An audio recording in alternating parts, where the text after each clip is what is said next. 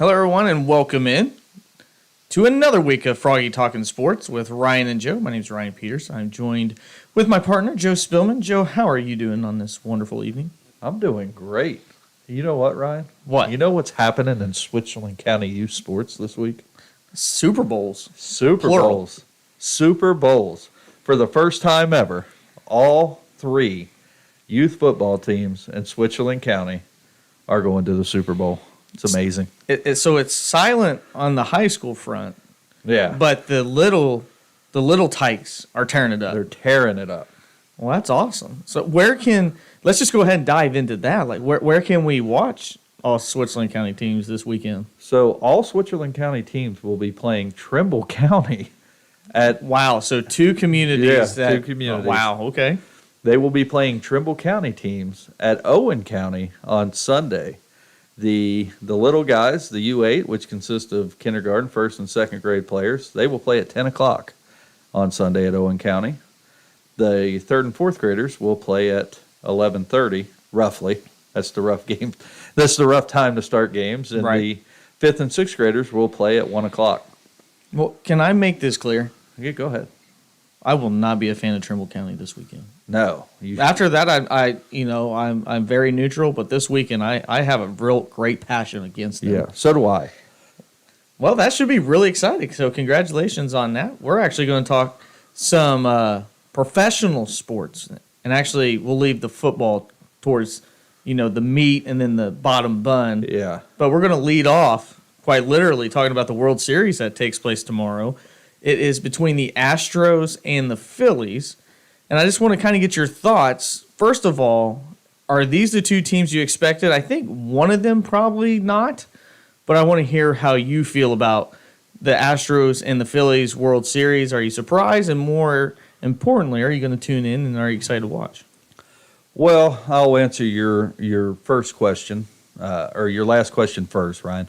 I am excited to watch the World Series. I always get pumped up about the World Series.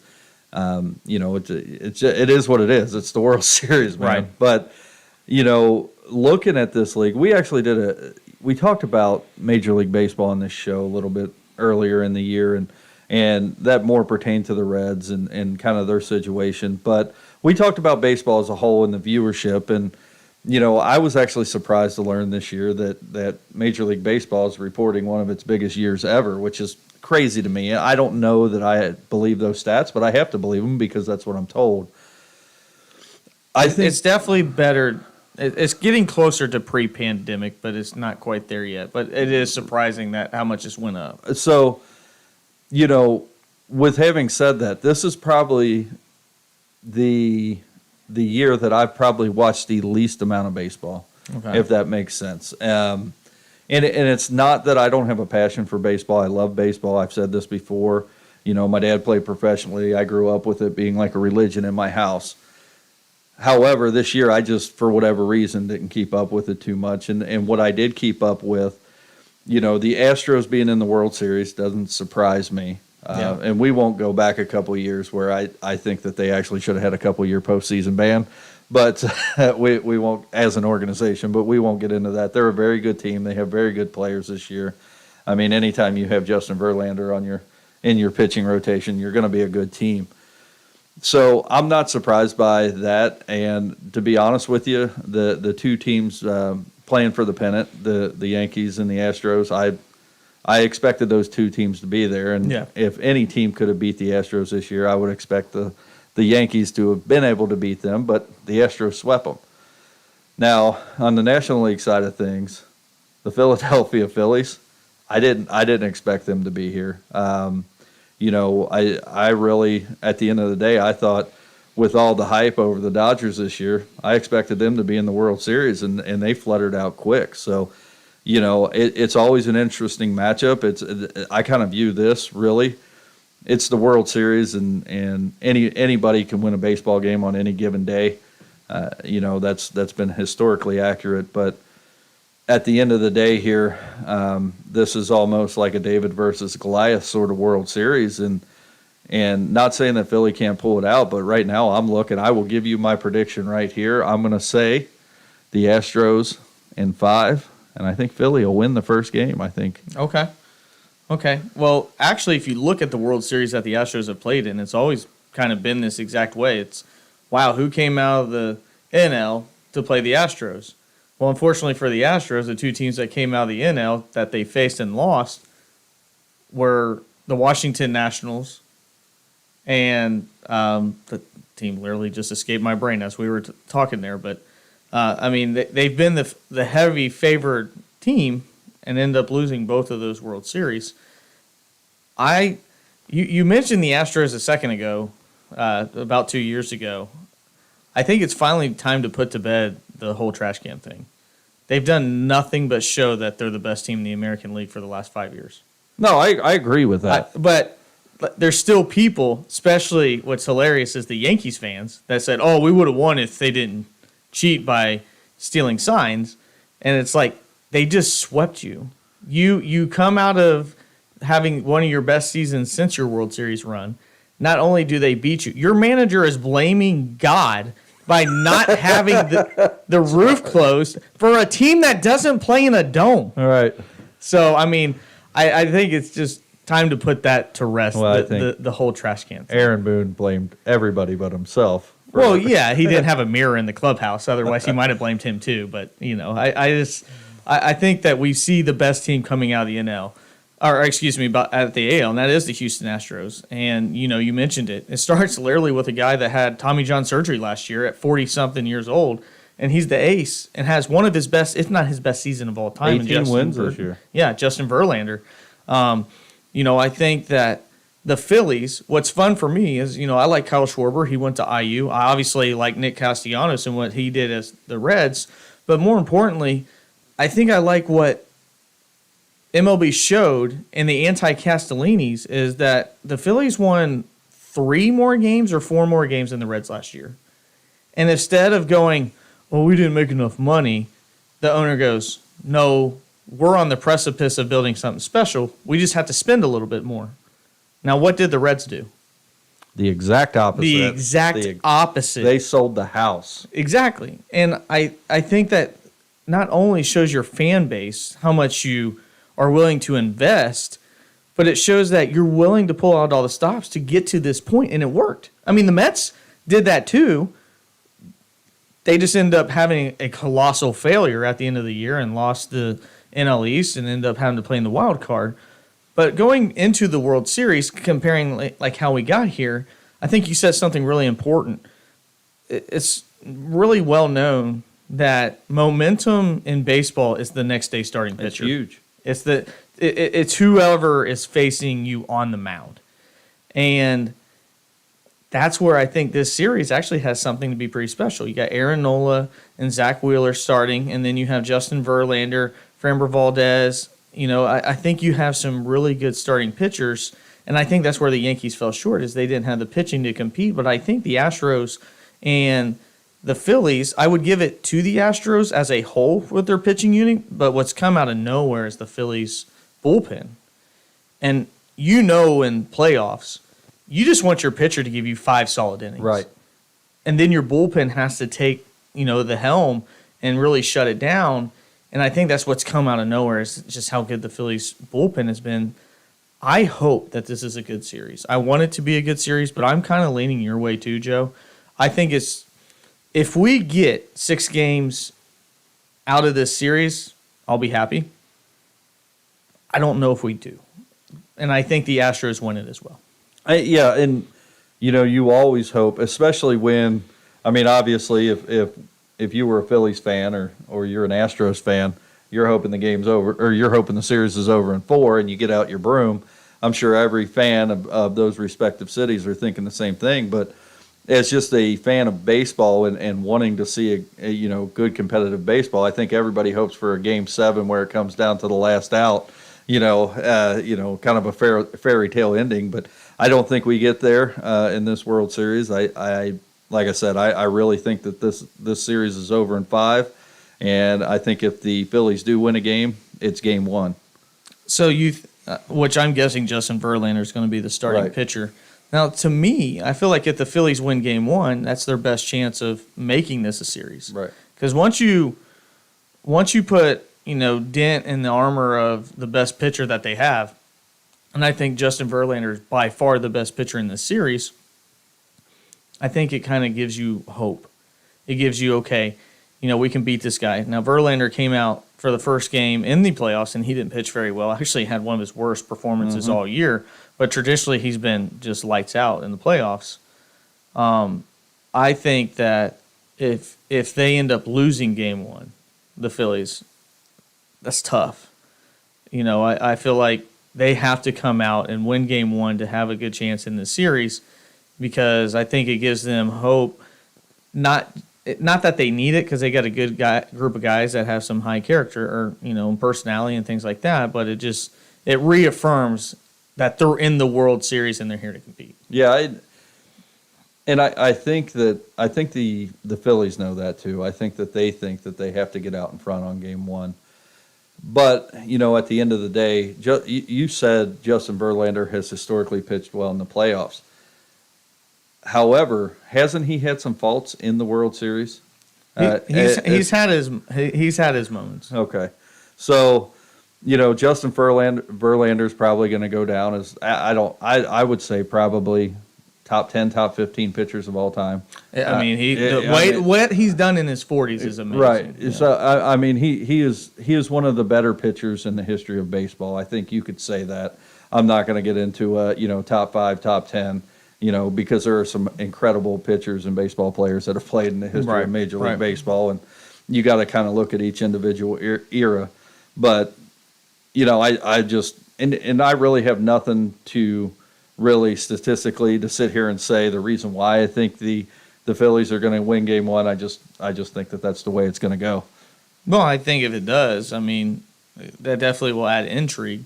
I think something that you and I can kind of relate to is now Dusty Baker's going to be the oldest manager to ever appear in a World Series game. As a manager, he passes Jack McKeon whenever the out of nowhere 2003 Marlins won the World Series. Think about how his tenure was in Cincinnati. They were ready to get rid of him. I mean, everybody, not just, I'm not going to lie, me included. I just felt like Dusty Baker did not move the needle as a Cincinnati manager.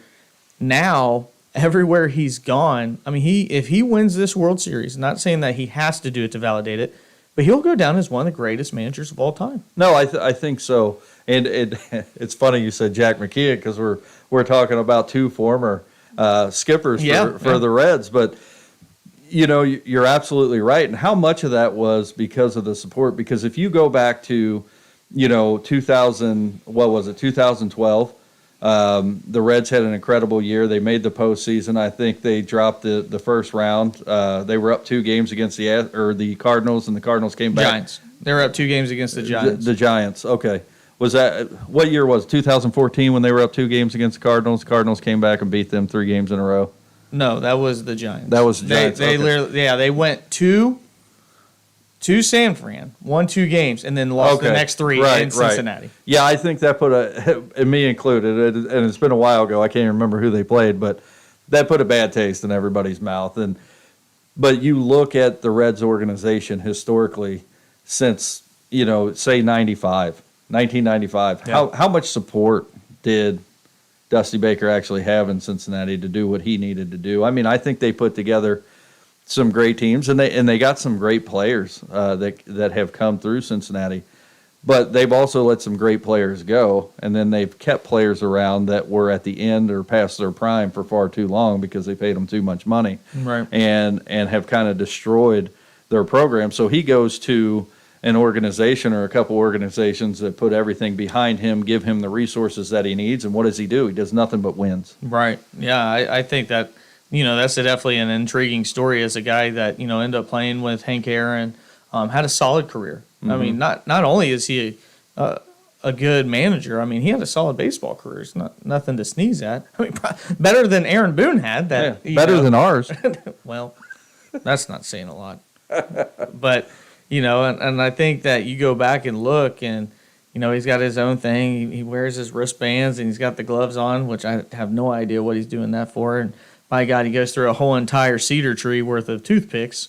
But at the end of the day, Dusty Baker has turned around from a guy that almost took the Cubs to the promised land, took the Reds further than they've ever been since 1990, and now has the Houston Astros as the best team in the American League for half a decade.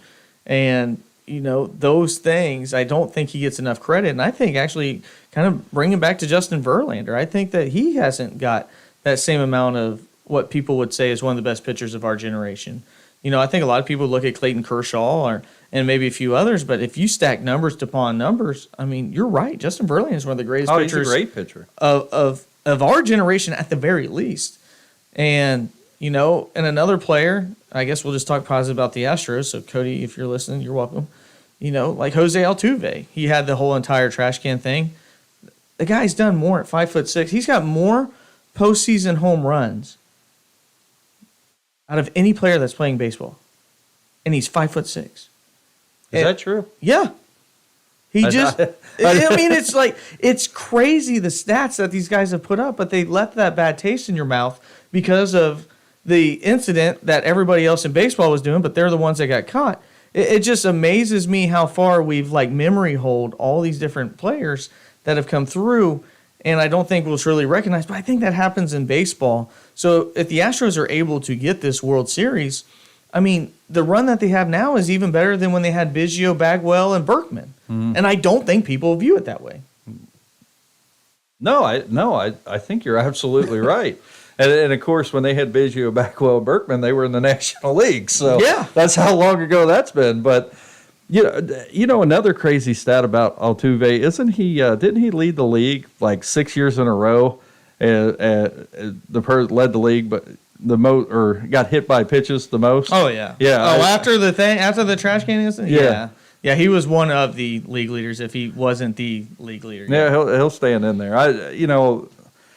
They do have a great team. They have a great manager. They have great pitchers. So I really don't see this series really playing out 7 games. I hope it does. Yeah, I do too. I at the end of the day, and again, one other player that was highly revolted and now is tended to be loved is Bryce Harper. So, I mean, I think it's cool to see. I do not love him. I really like Bryce Harper. I think he's a good dude. Well, we'll fight as soon as we end this segment then. Well, he does have a good beard like you do. So that's going to end segment 1. We'll be right back after the break where we're going to talk about some Colts football. You're listening to Froggy Talkin' Sports with Ryan and Joe here on True Froggy's 95.9. What's up, guys? I'm Mike Goodpasser from the Grueling Truth Sports Network. I want to thank you guys for listening here to Ryan and Joe on the Sports Hour. And I want to remind you, the Grueling Truth Sports Network is powered and brought to you by betting.net. Betting.net is the best bet for betting the online casino or sportsbook that's right for you. Make sure you check them out now, guys, at betting.net.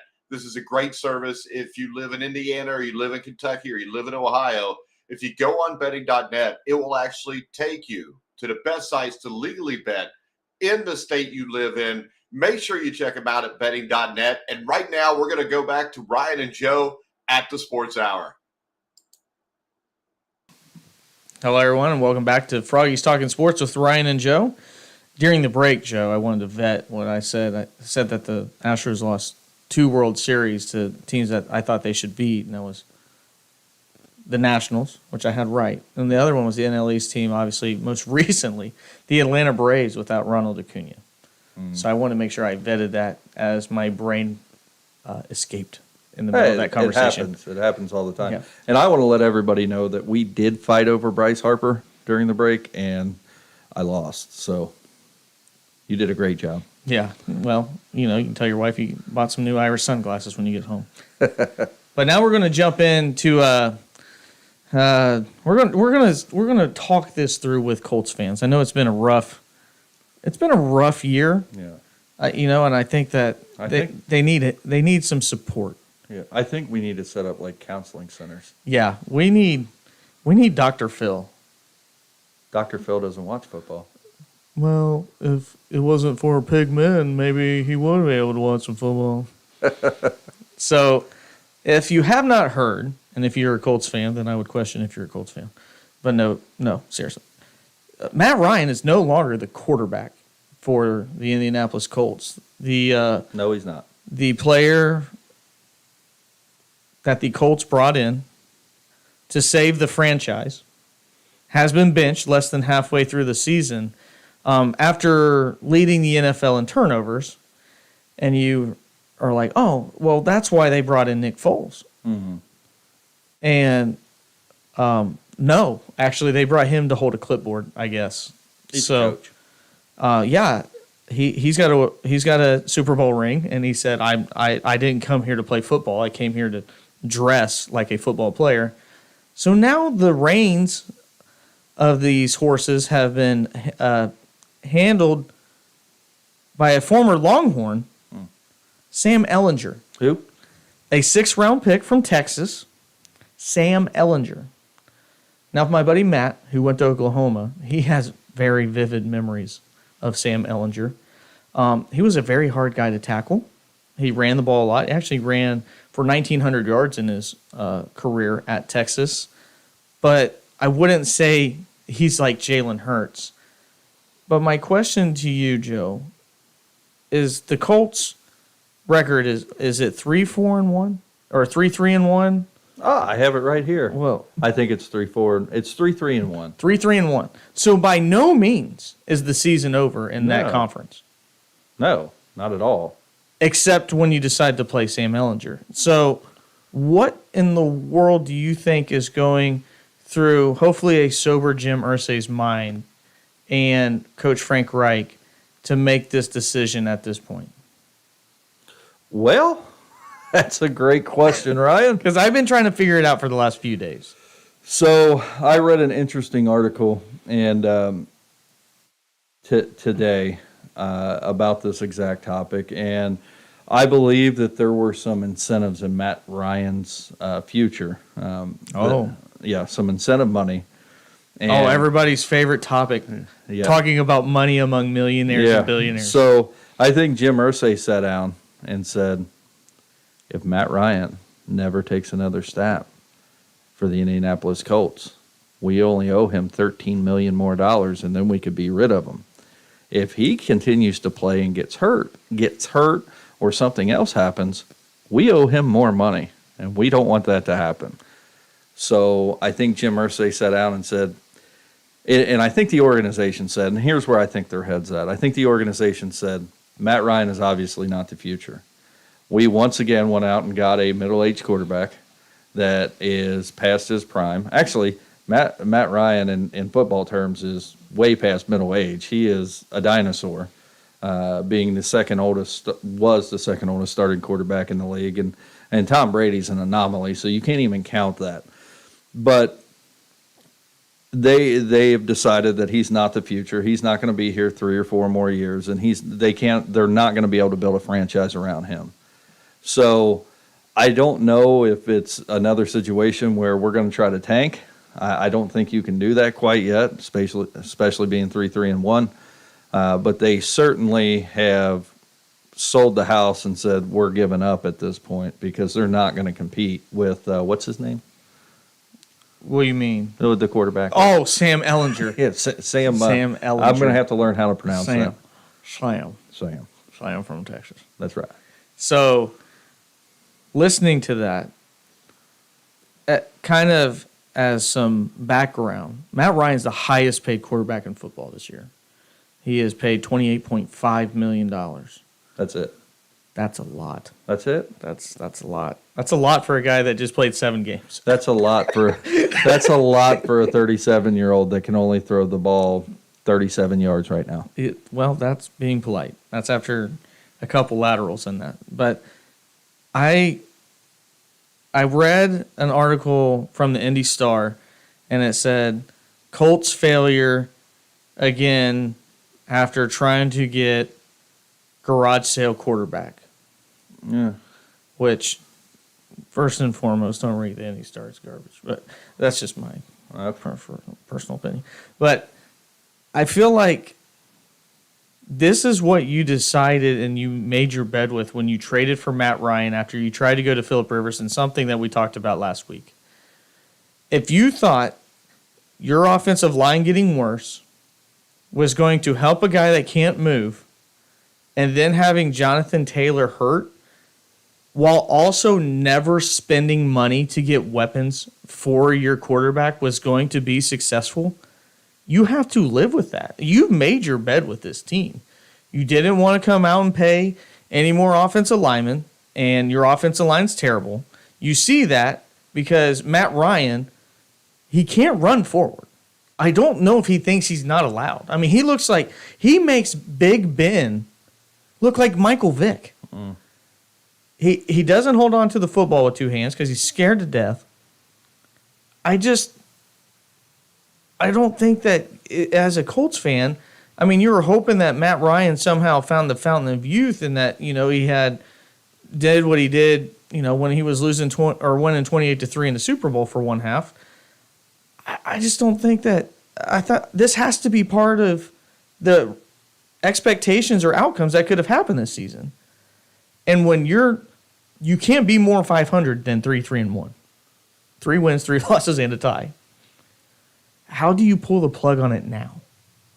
Unless it's only for money. And if it's only for money, how do you, as an organization with a billionaire owner, tell your fans to keep buying tickets? Because you, as a Red fan, have already went through this. Well, yeah, no, but so you just said everything you needed to say. A billionaire owner expects fans to keep buying tickets. They aren't on the same planet with me, you, and everybody else. They don't understand the thought process of normal working people. They just don't. They can't comprehend it. They don't live the same lifestyle. And Jim Irsay probably has the mindset of, where else you gonna go? So I mean, did he like go to balance his checkbook and he's like, oh God, I sent like too many Bengals fans to the Super Bowl last year. I need to recoup some of this. Which, I mean, hey, he did a great thing there. I mean, good for him. I used to bash on Irsay all the time. And, well, that was hard. Right. And, and then he was like, hey, if Mike Brown's not going to send people, I will. I was like, fair enough. Good for him. Fair enough. But, really, I don't think that we could sit here and be logical about what transpired this year for the Colts because it's not a logical conversation. We had a show last week where we sat and talked about what was the logic of what was the logic of selling the house to bring Matt Ryan on board anyway? It made no sense. He starts the season at 37 years old. He's not going to get better. I said those exact words last week. He's not going to get faster. He was never a fast running quarterback. He's a pocket passer, and, that's one of the reasons why he probably has had a career as long as he's had in the first place, because he's not running the ball everywhere. And, I think he's had a decent career. I mean, I don't know that Matt Ryan's a Hall of Famer. He's not a Hall of Famer. I think he'll be in the conversation. I think when you go back and look at it, and that's a great accomplishment. Right. Not everybody gets in the Hall of Fame. Right. It's not basketball. Right. You made a shot once. Yeah. Congratulations. You transformed the game. But, and you're right. He may be in the conversation at some point for the Hall of Fame, but I don't think he's a Hall of Fame quarterback. I think he was an above-average quarterback that had a good career. And as we sit right now, barring any team that just has a catastrophic implosion at quarterback, Carolina Panthers, they're not winning the number 1 seed for them. I don't care if they beat, the Buccaneers last week or not. In my mind, there is just no way that the Panthers don't get the number 1 seed. No, really? Yes, I can name 2 players on their offense, and I follow football pretty religiously. All right. So, what I'm saying is, at the end of the day, barring a catastrophic failure at quarterback from any team, maybe the Denver Broncos, maybe they're looking to bring another middle-aged quarterback on board to do nothing for him. On the way to London, Russ was stretching in the aisleway, so he's stretching ready to on go. the way. He's ready. Yeah, he's listed as probable. But Matt Ryan probably, I know he's not going to take another snap for the Indianapolis Colts this year. No, he's done. He probably doesn't take another snap in the NFL for the rest of his career. It's for the rest of his life. It's to the point where, like, for him to get in, it would have to be an injury, and the practice squad guy got picked up by somebody else. Yeah. Like, I feel that exact same way, Joe. Ellinger, Foles, somebody else. Yeah. Somebody else. Jim Irsay Jr. Yeah. Like, he might get first snaps. Like, I may come out of retirement. take some snaps for the Colts. Yeah, but like when you look at it, I mean, isn't that the only logical thing you can say is that it's money? Because when you look at it in football terms, nothing makes sense because of the commitment. If they came in and Matt Ryan, they signed or they traded a 7th round pick and he wasn't making that much money, he wasn't a big cap hit, then you just move on. You just go, you know what, this is not working out. But what you're talking about is the commitment. And to give up on it 7 games in when you're literally 1 game out of the division, I just don't understand where the concept of this comes from. And then you signed a guy that's played in Frank Reich's system and Nick Foles, and you pass him up too. I'm lost. I mean, like, if we paid, say the Cincinnati Bengals paid Brandon Allen $12 million, which is a lot of money, and said, you're our number 2. And then they went with insert quarterback instead of Brandon Allen. What message do you send to your team? Yeah, we're done. I mean, to me, that's the only message you send. Well, and make no mistake, if that happens with the Bengals and Brandon Allen's playing, we're done anyway. Yes, that's true. But I just don't. I don't know how this doesn't implode to where you lose a fan base. Like if I'm a Colts fan and I woke up and saw that we were going to Sam Ehlinger, a 6th round pick, he was a solid college quarterback, not a great college quarterback. I mean, if I had season tickets, Joe, I'm calling the next day and go, no, we're good. Yeah. Because where do you go from here? Well, my question is, as you know, the Bengals season ticket auto renewal just happened, I believe, this week. Yeah. And my season tickets went up $240 a year. I don't know what yours did. 140. Ridiculous. Yeah. But thanks, Mike. Yeah, good job, Mike. But anyway, I would like to know, one, was this because I'm not an Indianapolis Colts season ticket holder, was this announcement made after their auto renewal took effect?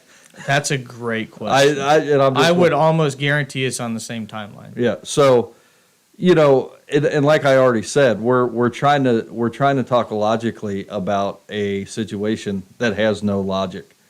And when it comes down to it, when you throw everything else aside, you're right. It has to be about money. I believe 100% it's about money. I believe it's about not paying Matt Ryan next year and trying to get out from underneath him as cheap as possible. But why not Nick Foles? Like that's the whole thing I don't understand is why not Nick Foles? Do you not want to win on top of that? Do you think Nick Foles gives you a better shot to win games than a 6th round quarterback? Yes. You do? Sam Ehlinger. Yes, I think so. And unless the only thing that you can tell me is that we want to become the Atlanta Falcons. We're down 21. By God, we're throwing it 13 times a game. We don't care. That's the only thing, because Nick Foles is not a mobile quarterback as well. And you see, maybe some read options and stuff. But, Joe, you're not reinventing the wheel in the middle of the season. Like, every time I try to give, like, a rationale to why this could be, I just feel like it's slammed shut with just, like, common sense. Yeah. Well, I want to bring something up. Okay. You're on this show, name too. Yeah. So, Tom Brady was a 6th round pick. A very long time ago. Yeah. Kurt Warner wasn't even drafted. Yes.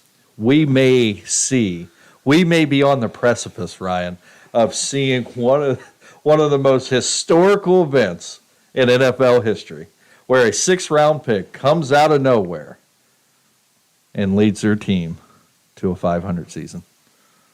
What did Bailey Zappi do to you?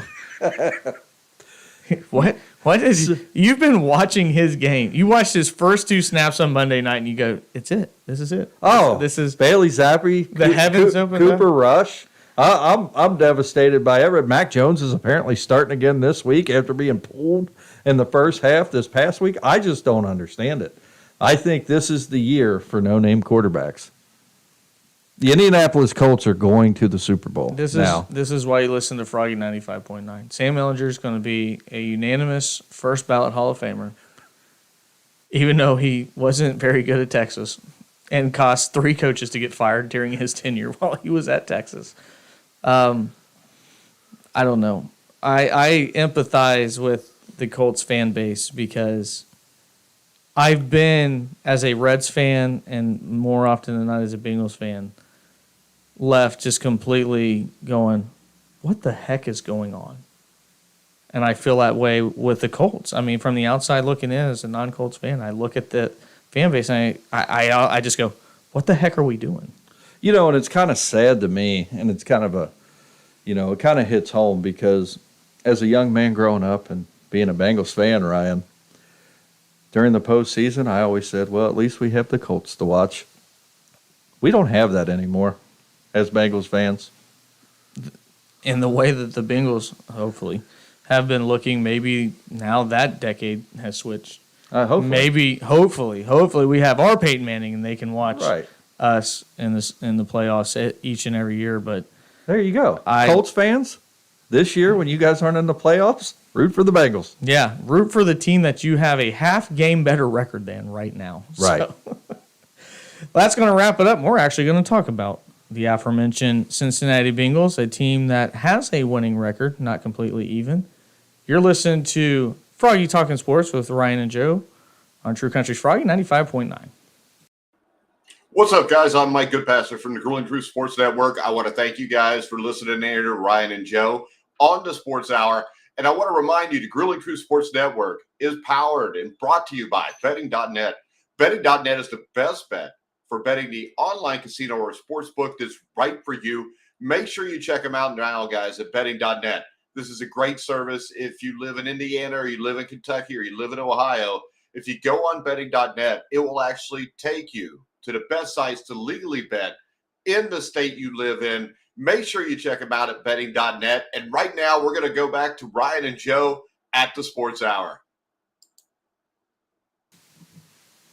Hello, everyone. Welcome back. We just got done talking Colts. And if you want to check that out, you can go over to our social media on Facebook. Check it out on Froggy Talking Sports with Ryan and Joe. And also check out The Grueling Truth, where this will be airing out as well. So all of our episodes are redone on those in case you end up missing a segment.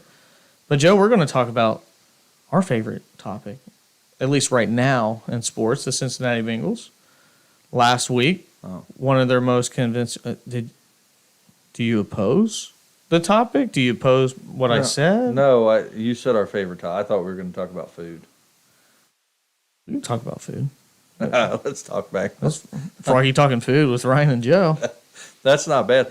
No, I'm all about talking the Bengals, about the Bengals. But you know what, Ryan? Yeah. If you do miss the show or you want to re-listen to it, you get a special treat now. What's that? Because we are videoing. Oh, us in the that's not studio. going to help. So that's not. It might. Okay. My wife will not tune in. Oh. Well, my wife doesn't listen to me anymore. Yeah, anyway. well, it's true. No, you are right. You can see our faces now. So if you wondered what we looked like, and I know sometimes listening from afar, like a radio station, and then I like Google search who's the DJ. I'm like, oh, that's not what I had in mind. Right. We probably turned a whole bunch of people away. Yeah, our 8 voices matched with our 3 faces. Yeah. It is what we do have voices for radio. Yeah, it is what faces for radio. It is. It's whatever. Yeah. We can't help it. Let's go ahead and talk about the Cincinnati Bengals, who've actually been looking better, unlike us. They came out, completely just blew the doors off of the Atlanta Falcons. I actually got to listen to Joe mic'd up and said, really, press man? I mean, even he was surprised with the defense from a team that was lacking its top 4 secondary pieces to try to cover, well, they didn't cover Tyler Boyd the very first play. At all. Touchdown.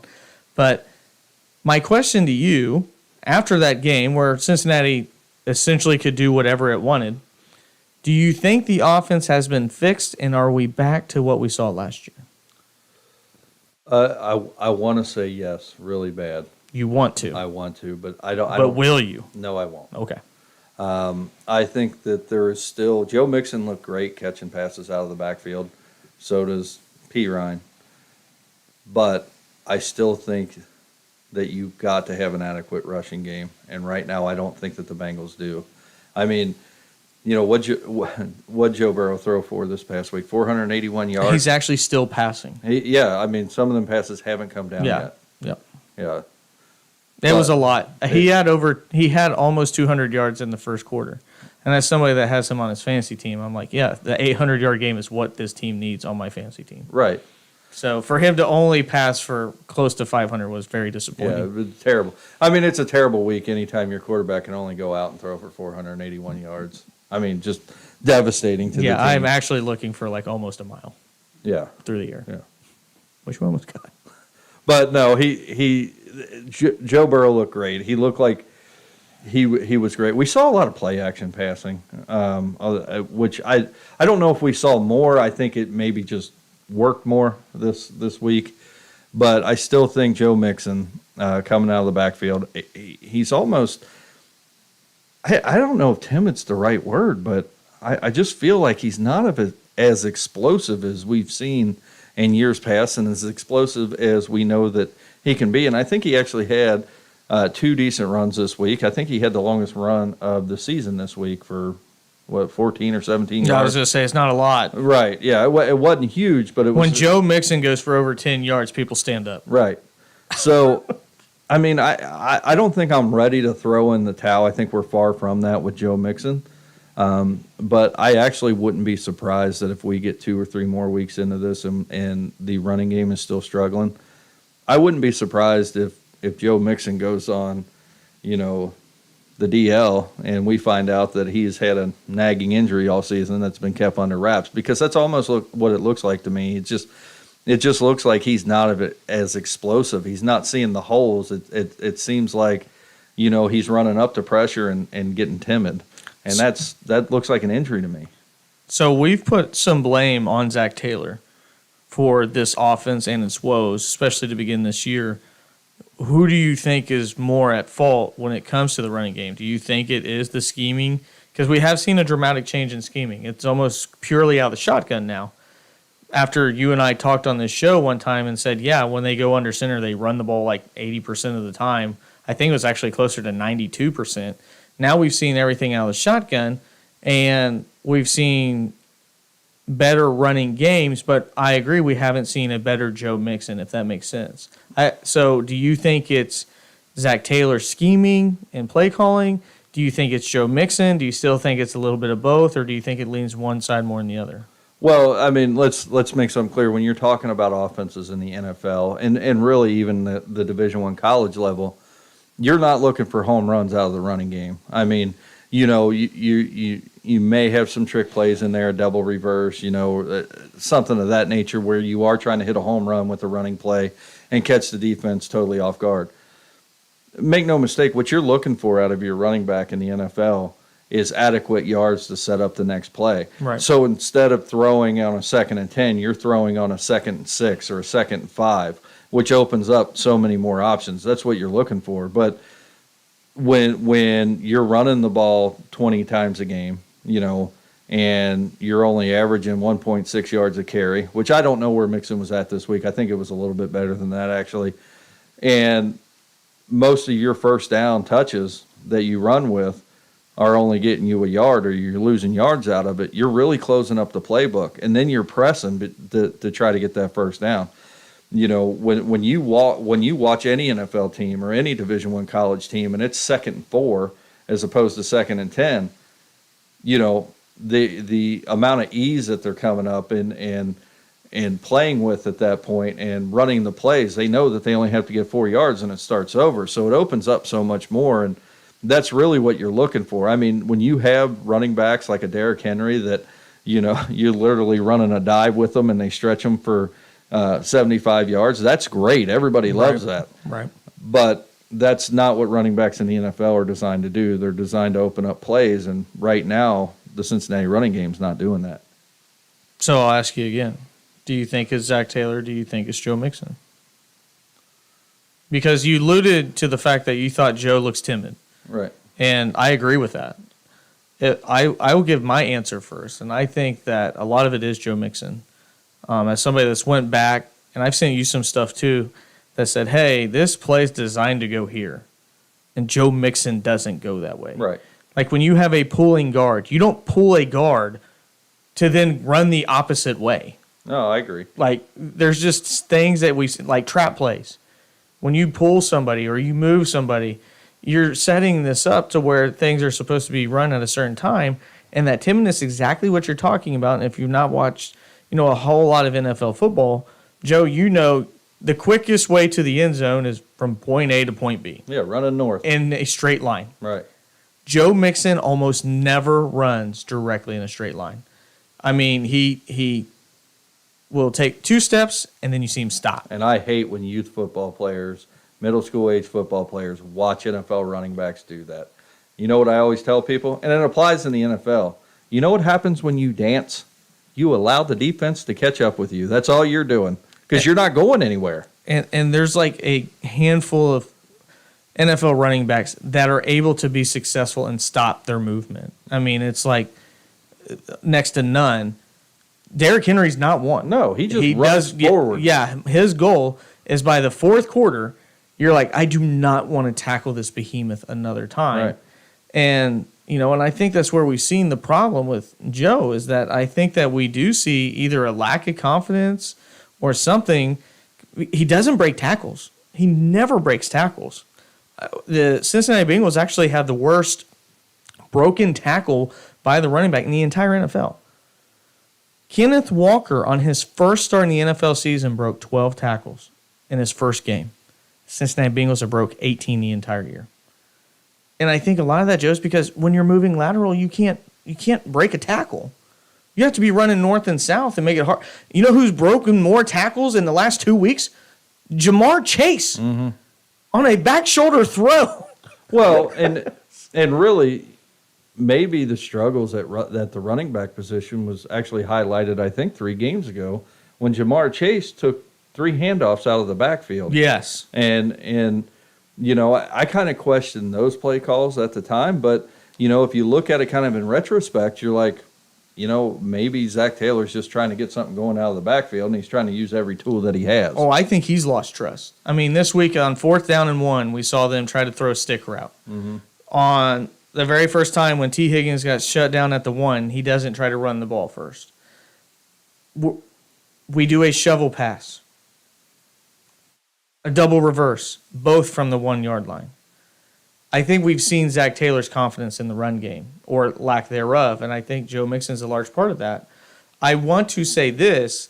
I don't think the offense is all the way back, but I want to give credit to where it's due. I think Brian Callahan and Zach Taylor have done a better job with their scheming. We're seeing more plays over the middle now. We're seeing more back shoulder throws. You cannot stop Jamar Chase on a back shoulder throw. We've seen that. For the first time in my life, I saw a man take a back shoulder throw, stop, and run 30 yards to the house, and he looked like he jogged. Yeah, because that's how quick Jamar Chase is. He's quick. And on top of that, I was one of the few people, if you get on social media or Twitter, that I thought Joe Burrow had a lot to grow too. I thought it was a bad combination of bad play calling and a guy not reading well, and I think Joe Burrow's done well. You would not have seen a throw to the middle of the field of Tyler Boyd like we saw in the first touchdown of the game, because I don't think Joe would have even looked at it. Because I've seen T. Higgins run wide open. I've seen players run wide open. And I think now that's been pounded into their head. If teams are going to play 2 deep zone on us, we got to stretch the middle of the field. Mm-hmm. Either running guys over the middle and you have to crossers or something like that, then you send a guy over the seam to split the safeties. They can't cover all of it. And I think we've seen that. Now, I will say this, Joe, about the running game. The worst rush defense in the NFL, Cincinnati Bengals meet on Monday in the Cleveland Browns.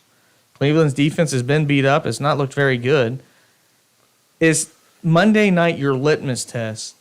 If Joe Mixon has a good game Monday, will you chalk it up to the Browns' defense is really bad at stopping the run? Or do you say, hey, Joe Mixon and Zach Taylor were able to identify a weakness and succeed at it? No, I think that I think Joe Mixon needs a big game, and I wouldn't use that as a test at all. Can I stop you 1 second? Go ahead. What is a big game? I think Does he just have to look good? Is it the overall statistics at the end? Is it 2 touchdowns? No. I would never grade a running back on the amount of touchdowns that they score, because simply that's not their job, right? You ask your running back to pound it in from the 1 yard line, but to me, that's not a running back's job. A running back, and I look at yards per carry, and and why this isn't youth or middle school or high school football. I tell my running backs at that age, your job is 4 yards every time you touch the ball. Yeah. Your job is 4 yards. Now, when you look at the NFL, a big day to me is, 12 to 15 to 20 carries, if you can get to that mark, and you're averaging 2.8 to 3 yards a carry. That's a huge day, in my opinion. So, when I look at a running back, a huge day, 80 yards, but with that 15 to 20 touches, I think is a great game out of a running back, because that really opens up, like we said, so many options. Because when you're averaging that, you're going to have those 8-yard runs, you're going to have those 12-yard runs that are going to open up first downs on that you're going to drive for first downs on a 2nd and 6, and you hand the ball off. So, and you're getting a first down on a setup play. I think that's big, and I think that's what the Bengals have lacked this year out of their running game. And I really think if you can get in touch with that, and then you could have Joe Burrow with Tyler Boyd and Jamar Chase and T. Higgins having their big days, I think you get to a point where that offense is somewhat unstoppable. Right. And I think that's the key you're missing right now is the run game. Now, it's a whole nother argument whether or not we're going to sit here and talk about play calling out of Zach Taylor, because I am not a fan of Zach Taylor's play calling, and I'll give you, and I've said this in the past, that I am a huge fan of what Zach Taylor has put together in Cincinnati. Mm-hmm. I like Zach Taylor as a person. I think that he should be the head coach of the Cincinnati Bengals, but I think that he needs to take a step back from his involvement into the offense. That's my opinion. I think that this offense probably has so much more potential, and I think it's hindered by his involvement and his playing calling in the offense. And until I see something different, and I saw it last year all the way through the Super Bowl, I question things. And until I see something different, I really can't sit here and say how much potential that offense has. But I do know one thing. You take Zach Taylor aside, because, you're talking about very elementary concepts of offense here. And, everybody knows in the NFL when you're probably going to run the ball, right? Everybody knows when the situation dictates, and you look at analytics and you look at every NFL team has those guys sitting in the back room that says, in this situation in the third quarter on 2nd and 4, they run this play 25% of the time, and they run this play, 35% of the time. So they're probably going to be a run play because, that's what they do 60% of the time in this situation. So at the end of the day, everybody on the field knows that you're probably going to run, and you're not going to trick anybody with the run play. You are successful with a back that lowers his shoulder and runs north, and an offensive line that does their job in that situation. So I would have to say that when we're sitting here talking about Joe Mixon and his performance, I wouldn't put that on Zach Taylor probably at all. I'd put it all on Joe Mixon, if that makes sense. No, I agree, and I actually want to expand on 2 things real quickly before we wrap it up. I think that, number one, what I look in a running back is, to me, it's called yak, and that's yards after contact. A running back, if he's able to make a 2-yard run, a 4-yard run, a 3-yard run, a 6-yard run, a negative run, able to get back to the line of scrimmage. That's how I say, that running back's having a good game. He's making more than what's being there. And so far, I don't think we've seen that out of Joe Mixon this year. I don't think he's made more of what has already been called. I actually think, as we talked, he's actually hurt himself more than what's been called on the field. I think the great, really, really good running backs, like you see, are like, oh, man, that was a big hole for 5 yards. But then he made the guy in the middle miss. Or then he had to stiff arm Derrick Henry. He buries a cornerback. That's what makes Derrick Henry. Right. It's not the fact that he gets through the defensive line every time. It's that when he gets to 2nd and 3rd level, he makes them pay for getting to that point. And, I think the thing for the Bengals' success to be the best team in the NFL offensively is teams don't have to put more than 4 people on the line. They don't believe that there's a running back that can beat them, and initially thought they could only send 4 on pressure and get to Joe Burrow. Thankfully, we've seen the pass protection look pretty good. Okay, they're averaging like 1.3 sacks a game after the first 2 games. Most of that's been fixed outside of Lyle Collins. So that's a good thing. But if you want the Cincinnati Bengals to take that next step, the reason why teams are playing cover 2 zone is because we don't have to put more 4 people in the box. Joe Mixon's not going to beat us. Right. Well, but we've seen that really. I mean, Derrick Henry's an exception. There's a couple other exceptions in the NFL. But since the death of the fullback in the NFL, you don't see hard runners. I mean, that's what people aspire to be is Barry Sanders type runners, and most of them the guy that has the most negative rushes in NFL history. Right.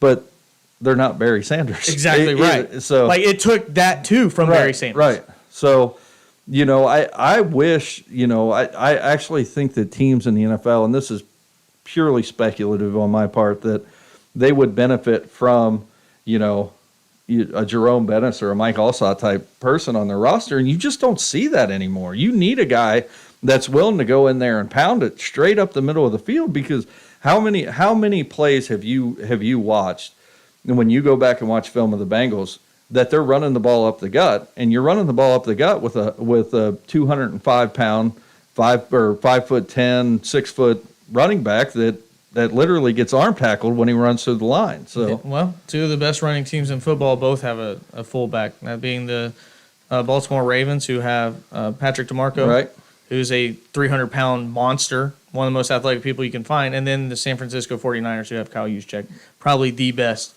fullback in the game. And like you said, Joe, those guys are weapons not only outside of running, but also are guys that literally make a living hurting people. Right.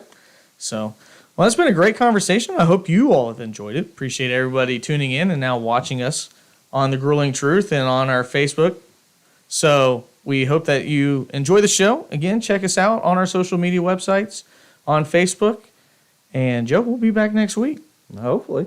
Hopefully, yeah. Unless they see our face and they're like, yeah. You know what, we can do better. This might get us canceled. Well, hopefully If not. you don't want us canceled, call the station. There you go. Yeah. This has been Froggy Talking Sports with Ryan and Joe. I'm Ryan Peters, and for Joe Spillman, thank you for tuning in. Had a wonderful rest of your week. Stay safe and God bless.